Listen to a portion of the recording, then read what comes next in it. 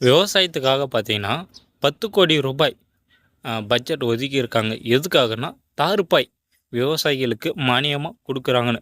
இதன் மூலியமா பார்த்தீங்கன்னா, ஒரு 43,000 ப்ளஸ் விவசாயிகள் பயனடைவாங்க அப்படின்னு ஒரு கருத்து கணிப்பா சொல்லியிருக்காங்க. அ நல்ல ஒரு திட்டம் தான் நான் சொல்லுவேன்.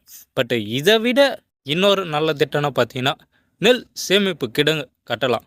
அ இப்போ பார்த்தீங்கன்னா, எல்லா விவசாயிகளுமே நெல் அறுவடை பண்ணிட்டு, நிலத்திலேயே அ தார்ப்பாய் போட்டு மூடிலாம் மாட்டாங்க.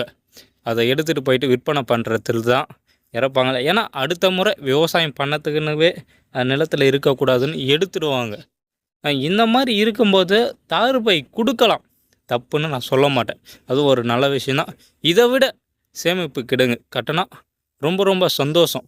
அ பட்ஜெட் ஒதுக்கியிருக்காங்களேன்னு சந்தோஷப்படுறதா, இல்ல தார்ப்பாய்க்காக ஒதுக்கியிருக்காங்களேன்னு வருத்தப்படுறதா, சத்தியமா எனக்கு தெரியல. உங்க கருத்து கமெண்ட் பண்ணிட்டு போங்க.